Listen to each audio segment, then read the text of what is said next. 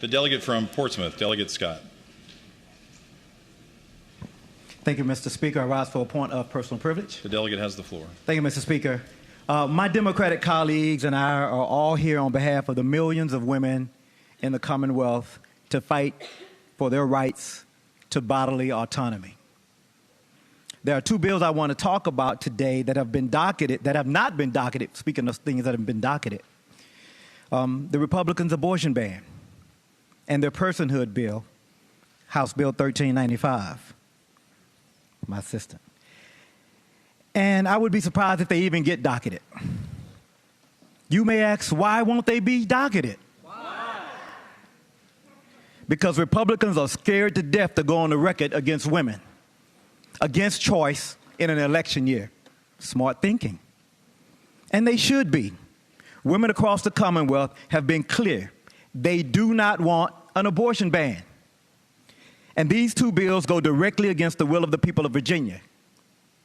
And because their patrons aren't taking their inspiration from the people they represent, they're taking their inspiration from the MAGA movement. Take HB 2278, for example.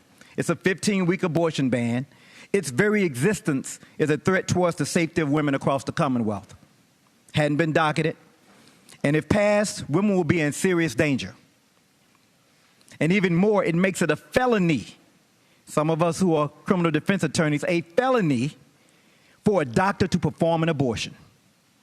This is the same Republican Party who already set aside money to possibly jail women who have an abortion and the doctors who perform them.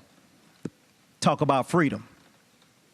So they are not only inserting politicians, but they're interjecting police in between women and their doctors. And they're stripping freedoms.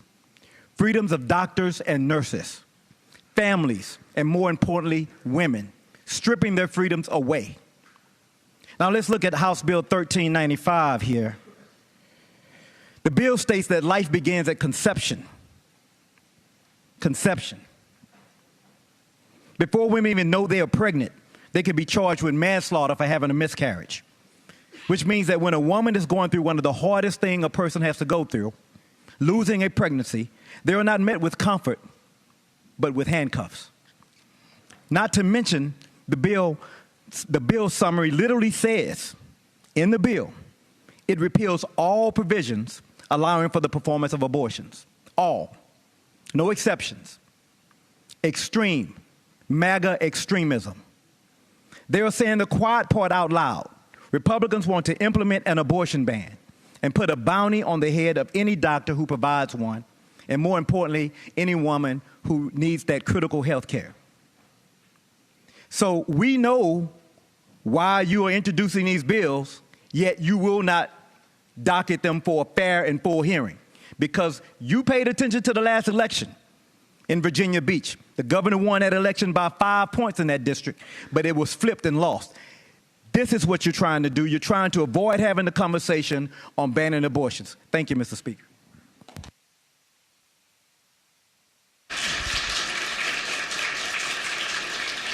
The delegate from Culpeper, Delegate Freitas.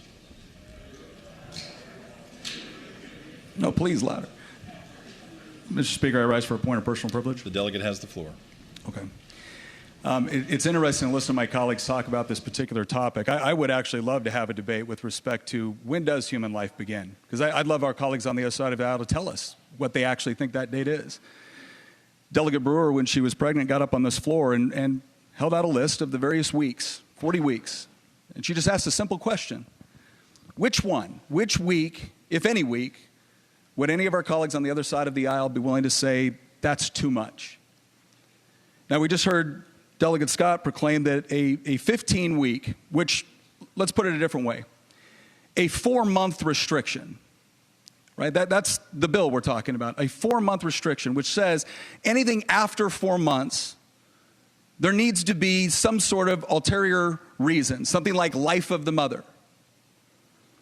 But before that, there's no restriction. No restriction.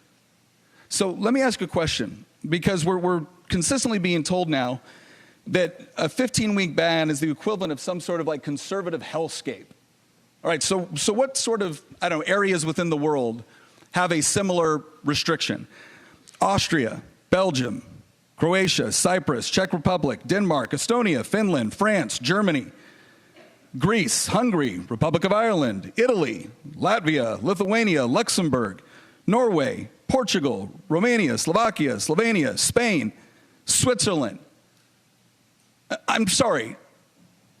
Do our Democrat colleagues really expect the women of Virginia to believe that women are just dropping dead in all of these countries because if they choose to have an abortion for any reason, they have to do so before 15, 14, 13, or 12 weeks?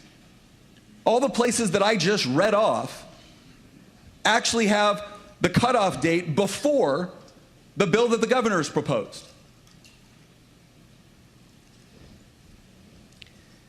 Mr. Speaker, we have a lot of conversations on this floor, especially when anything tragic happens. And we ask ourselves, how could this be possible? How could we find ourselves in a situation where human life is so devalued that someone would think it appropriate or necessary to hurt other innocent people? And my question is that if we really want to talk about when human life begins and really about human rights, because that's what we're talking about, right? Human rights. I don't think we should be too confused that when the message is, as many of our Democratic colleagues illustrated in a recent press conference, that they want no restrictions whatsoever. We're not talking about the first trimester. Our Democrat colleagues once upon a time believed in safe, legal, and rare. Now it is any time for any reason, and if they had their way, at taxpayer expense. What does a 4-month restriction mean? It means the point at which the baby can feel itself being aborted. We say that's enough. Is that really too much to ask? Do you really believe that the majority of Virginians, the majority of women in Virginia, want absolutely no restriction whatsoever? When the child can feel itself being aborted, that's too much. Ladies and gentlemen, we have very different opinions with respect to when human life begins and therefore when human rights begin. But I don't believe my colleagues on the other side of the aisle are evil, mean, horrible people because we disagree on this issue. And in some way that makes it worse because, man, it would be easier to understand. But instead, we're being told, and the women of Virginia are being told, that this represents some sort of incredible threat to their safety and to their rights. And I think that says something about us when we hold up as the pinnacle of rights the ability to take an innocent human life for any reason. So, Mr. Speaker, I too want to have the debate.